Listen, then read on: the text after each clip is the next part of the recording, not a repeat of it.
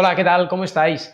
Encantado de poder volver a grabar otro vídeo. Me consta de que ya empiezan a realizarse algunas visualizaciones de mis vídeos y esto, la verdad es que te genera mucho optimismo, pero optimismo también el que día que pasa, pues parece ser que los datos marcan de que vamos mejorando, pero eso sí, ya sabéis, los centros de alta vulnerabilidad, centros sociosanitarios, residencias geriátricas o centros para discapacitados psíquicos y físicos, realmente nosotros vamos a continuar remando mucho, ¿no? Y por eso me sumo a vosotros y quiero continuar pues ahí trabajando con vosotros, generando este tipo de vídeos que os puedan ayudar, ya sea pues para las direcciones o gerencias de las residencias o de estos centros a tomar decisiones, como para material que a lo mejor os pueda interesar de mostrar a vuestros trabajadores y trabajadoras para sensibilizarlos, ¿no?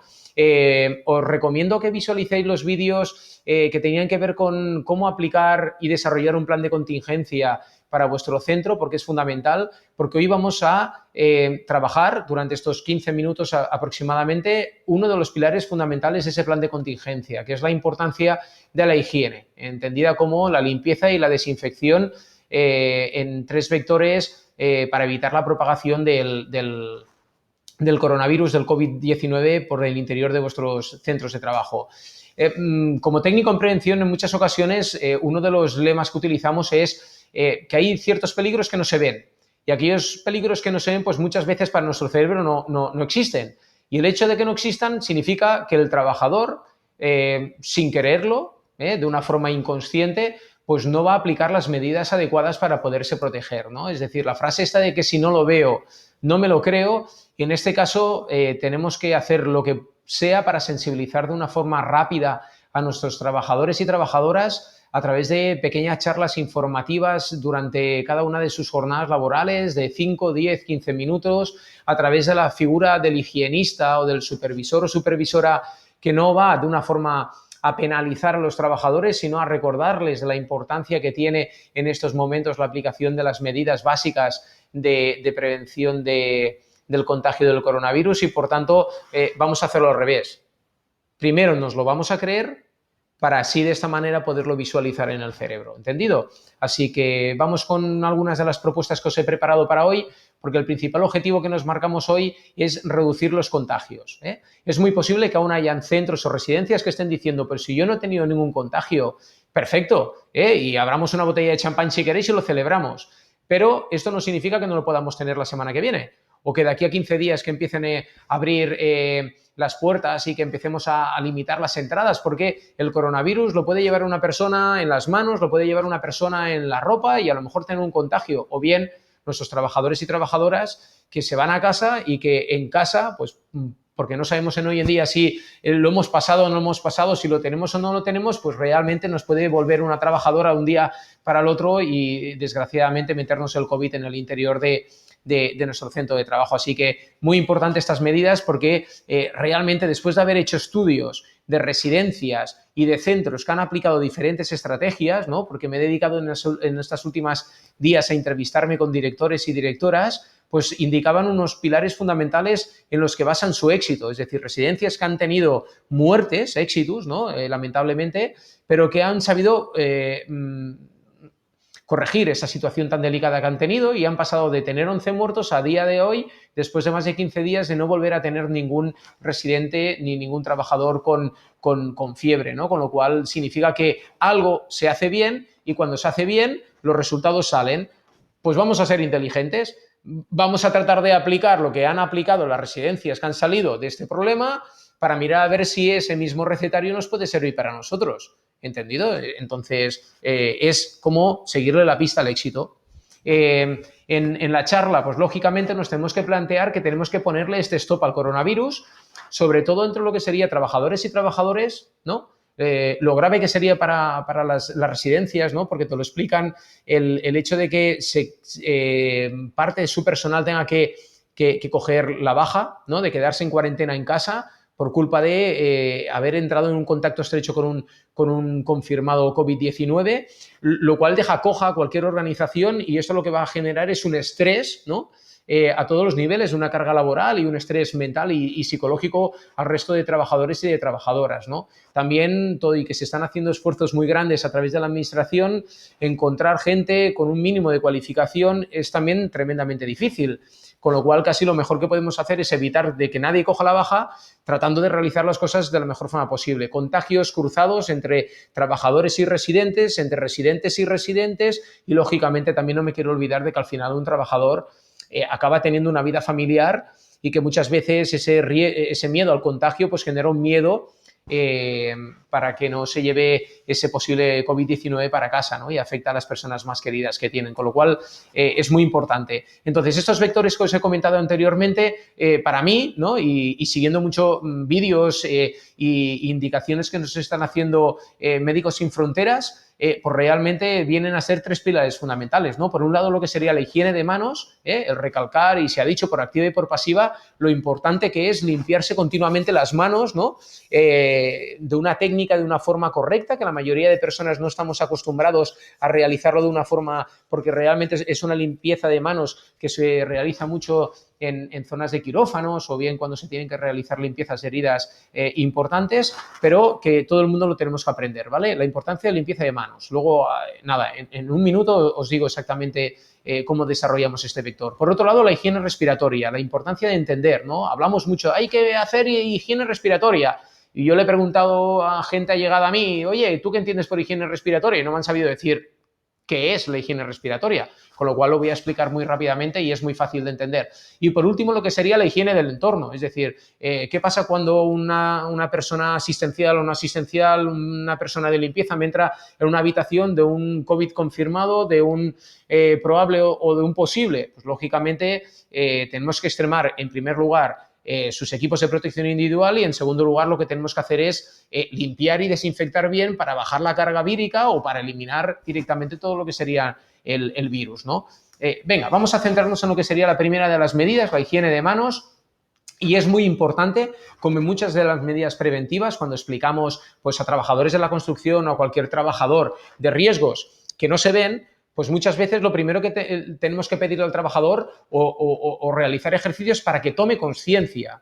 Y esa toma de conciencia es incrementando la señalización en las diferentes zonas de las residencias para que nos vayamos encontrando carteles y realizar cada día pequeñas reuniones, aunque sean de 5 minutos, aunque sean de 10 minutos, que las podemos aprovechar también para hacer un liderazgo mental, ¿no? y casi como espiritual del centro de trabajo, transmitiendo optimismo y aprovechar las buenas noticias que se generan, que seguro que también se generan buenas noticias en vuestro centro de trabajo para comunicárselo a ellos y así de esta manera facilitar esa toma de conciencias de la importancia de limpiarse en todo momento las manos, ¿no? Esto de la limpieza de las manos, yo casi diría que la medida es ¿cuándo? Pues siempre. ¿Cómo que siempre? Sí, antes de ponerte los guantes de látex, por ejemplo. Después de quitarte los guantes de látex. Antes de ponerte el resto de equipo de protección respiratorio. Después de, pues cada vez que te tengas que quitar una pieza del equipo respiratorio,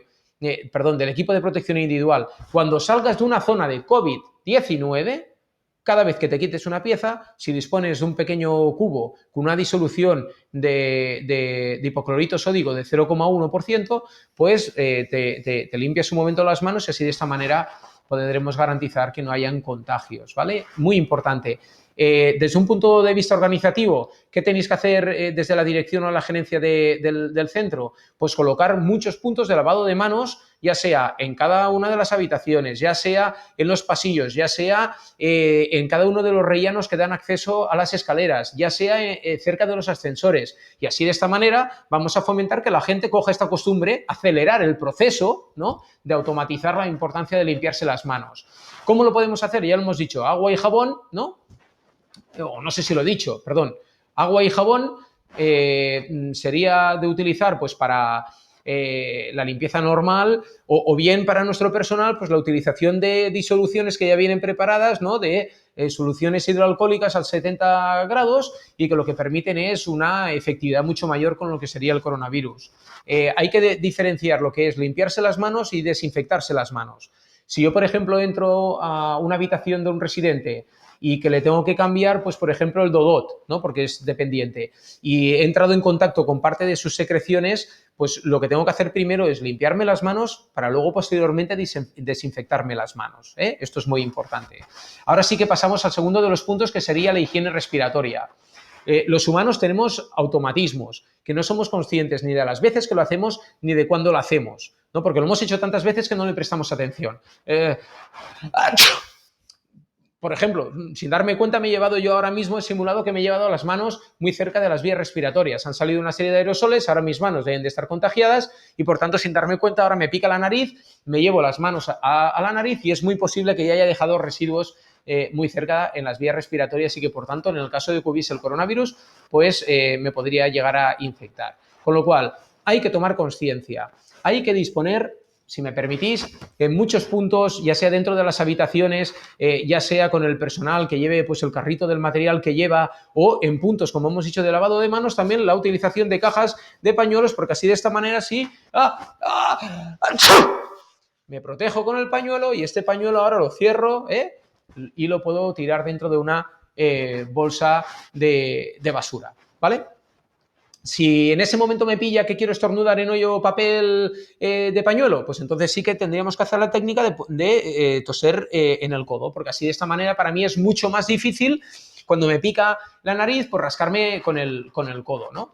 Toma de conciencia. Parece una tontería, pero deberíamos recordarlo cada día y prácticamente durante la misma jornada laboral, supervisar que la gente lo hace y reforzarlo con esta figura del higienista o con esta figura de la supervisora o el supervisor de vuestro centro de trabajo, ¿no? Lo que hemos dicho, soluciones hidroalcohólicas, agua, jabón y papel, ¿vale? Vamos a secarnos las manos con papel siempre que sea posible y así de esta manera es desechable y ya no hay que desinfectarlo, ni tampoco puede ser un foco de transmisión de ese posible virus. Lo colocamos dentro de una bolsa de basura y esa bolsa de basura, yo ahora tengo aquí una bolsa de basura de las típicas y tópicas, pero que tengan una facilidad de cierre, que la tengamos dentro de las habitaciones, que lo metamos aquí dentro y que la persona de limpieza lo único que tenga que hacer es coger la basura y cerrarla y luego a posteriori, sí, esto viene de un COVID-19 o de un posible o confirmado COVID-19, lo meteríamos dentro de otra bolsa que la volveríamos a cerrar y así prácticamente es del todo imposible que podamos realizar un contagio por culpa de estas secreciones. Vamos a pasar al tercero de los puntos porque es muy importante la higiene del entorno, es decir, aquellos espacios comunes, aquellas manetas, aquellos teclados de los ascensores, aquellos pomos de las habitaciones o de los pasillos, ¿no? Las barandillas. Esto se tiene que incrementar el número de veces que lo limpiamos y desinfectamos durante el día y la intensidad de sus limpiezas, ¿no? Porque se ha demostrado en estas entrevistas que estamos realizando con las residencias que reducen de una forma significativa la carga vírica del COVID-19 dentro del centro de trabajo y, por tanto, mucho más difícil de que se pueda realizar esa desinfección. Hay que revisar los protocolos de limpieza y desinfección, la frecuencia con la que se hace y sobre todo también acordaros la importancia de informar y de formar de una forma adecuada al personal, que es un personal que, como la mayoría de todos ellos, no estábamos acostumbrados al nivel de exigencia, al estrés laboral que genera la utilización de tantos EPIs, el no cometer ningún error, ¿no? Y por tanto incluso medidas organizativas como podría ser la rotación del personal en según qué momentos y de según qué maneras. Pero esto hay que estudiarlo, no lo podéis dejar al azar porque hay que estudiarlo para no cometer ningún error. El entorno es uno de los principales focos de contagio. Si tuviésemos en una habitación un residente con COVID-19, está claro que durante todo el día, a medida de ir respirando, a medida de ir estornudando, de ir tosiendo, pues se van a irse provocando una acumulación vírica a su alrededor, como nos dicen en los protocolos del Ministerio de